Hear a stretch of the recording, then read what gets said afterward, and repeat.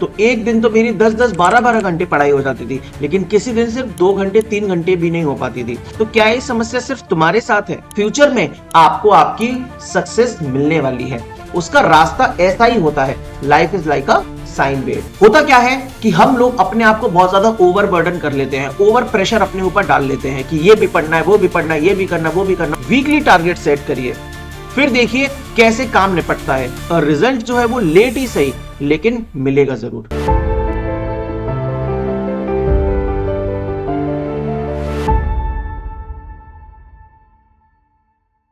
दोस्तों, कुछ दिन पहले मेरे पास एक स्टूडेंट का मैसेज आया। उसमें लिखा था कि सर, कभी कभार तो बहुत ज्यादा पढ़ने का मन करता है और कभी कभार ऐसा जाता है दिन कि बिल्कुल भी पढ़ाई नहीं होती। कॉपी खुली है लेकिन पढ़ाई नहीं हो रही है। तो क्या ये समस्या सिर्फ तुम्हारे साथ है? तो मेरे भाई, नहीं, ऐसा नहीं है कि ये सिर्फ समस्या तुम्हारे साथ है। मैं भी जब अपनी पढ़ाई करता था तो एक दिन तो मेरी 10-10 12-12 घंटे पढ़ाई हो जाती थी, लेकिन किसी दिन सिर्फ 2 घंटे 3 घंटे भी नहीं हो पाती थी। और उस टाइम पे अपने आप में बहुत ज्यादा निगेटिव फील होता था, अपने आप को बहुत कोसता था। ऐसा फील होता था कि मुझसे कुछ होगा ही नहीं, मैं नहीं निकाल पाऊंगा एग्जाम, मेरे बस का नहीं है। तो मेरे दोस्त, ये कोई बड़ी चीज नहीं है। सिर्फ आप इस समस्या से नहीं जूझ रहे। लाइफ एक साइन वेव की तरह होती है। Yes, life is like a sine wave. इसका क्या मतलब है सर? देखो, साइन वेव में जैसे कि कभी पॉजिटिव पीक्स होते हैं तो आपको बहुत अच्छा फील होता है, पूरा का पूरा दिन अच्छे तरीके से यूटिलाइज होता है। लेकिन कभी कभार बहुत सारे नेगेटिव पीक्स भी आते हैं तो आपका दिन खराब लगता है, आपको लगता है कि पूरा का पूरा दिन खराब हो गया, लेकिन एक्चुअली में ऐसा नहीं है। अगर आप ढंग से ऑब्जर्व करेंगे तो एक चीज समझिए, आप यहां से चालू किए, पॉजिटिव पीक आया, नेगेटिव आया, पॉजिटिव आया, नेगेटिव आया, actually you are moving towards your goal. Future में आपको आपकी सक्सेस मिलने वाली है, उसका रास्ता ऐसा ही होता है। Life is like a sine wave. तो मेरे दोस्त, जब भी आपका पढ़ाई करने का मन ना करे तो आपको क्या क्या करना चाहिए? सबसे पहले आप कॉपी को बंद करिए और घूमने निकलिए। अकेले घूमने निकलिए, बिना किसी मोबाइल फोन के निकलिए। जब आप टहल रहे होंगे, घूम रहे होंगे, तो होता क्या है कि बाहर की फ्रेश एनर्जी हमारे अंदर एंटर करती है, फ्रेश एयर हमारे अंदर एंटर करती है, तो ब्लड सर्कुलेशन माइंड में अच्छा होता है और जो नेगेटिव एनर्जी है वो बाहर चली जाती है। बिना किसी मोबाइल फोन के जाना है, अकेले जाना है और ये रिकॉल करना है कि हम इस जर्नी में क्या, मतलब किस पर्पस से स्टार्ट किए थे, ये प्रिपरेशन हमने क्यों चालू की थी, क्या रीजन था, क्यों चाहिए हमें सरकारी नौकरी, किस रीजन की वजह से हम ये काम कर रहे हैं, इतनी मेहनत कर रहे हैं। हमारे मां बाप की वजह से, जो हमारे पेरेंट्स हैं, उन्होंने अभी तक इतने सालों तक हमारे लिए सेक्रीफाइस किया।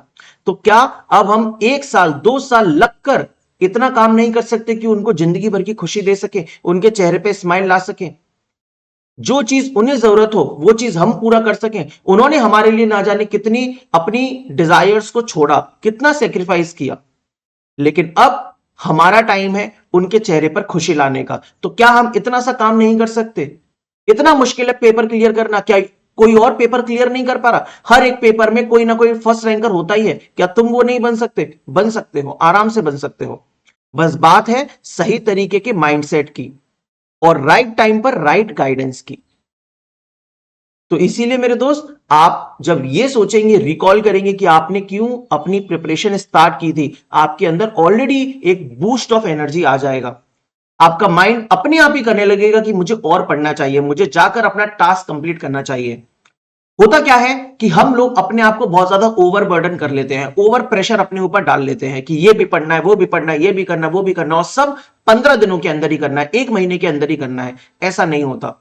आप अपने टारगेट्स को डिवाइड करिए, वीकली टारगेट सेट करिए, फिर देखिए कैसे काम निपटता है। धीरे धीरे चलते जाइए, वीकली टारगेट सेट करते जाइए। एक बार में एक टेक का सब्जेक्ट, एक नॉन टेक का सब्जेक्ट, एक हफ्ते में कैसे भी करके खत्म करना है। फिर देखिए 1.5 से 2 महीने के अंदर आप बहुत कुछ कवर कर चुके होंगे। सो मैं इसी तरीके से पढ़ाई करता था।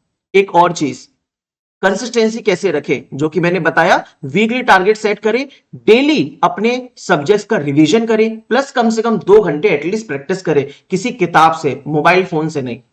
किताब से प्रैक्टिस करना एक अलग ही चीज, अलग ही फील देता है, और मोबाइल से प्रैक्टिस करने में थोड़ी सी दिक्कत होती है। मोबाइल से आंखों में दर्द भी होने लगता है और उससे प्रैक्टिस नहीं करनी चाहिए। प्रैक्टिस किताब से ही करनी चाहिए। रिवीजन करें अच्छे से, और जब भी आप रिवाइज कर रहे हैं शॉर्ट नोट जरूर बनाते जाएं। जिससे कि जो भी आपका टाइम आप दे रहे हैं पढ़ाई में वो बाद में इफेक्टिवली यूटिलाइज हो सके। पेपर से पहले वो शॉर्ट नोट्स ही आपको पूरा का पूरा सब्जेक्ट कवर करवाएंगे बहुत ही कम टाइम में, तो आपका कॉन्फिडेंस बूस्ट होगा।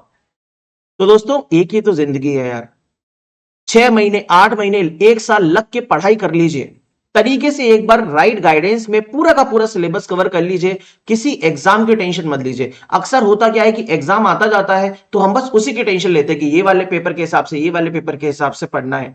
एक बार पूरा का पूरा सब्जेक्ट खत्म करिए, पूरा टेक्निकल कवर करिए, नॉन टेक के अच्छे से क्वेश्चंस लगाइए, रीजनिंग प्रैक्टिस कर लीजिए।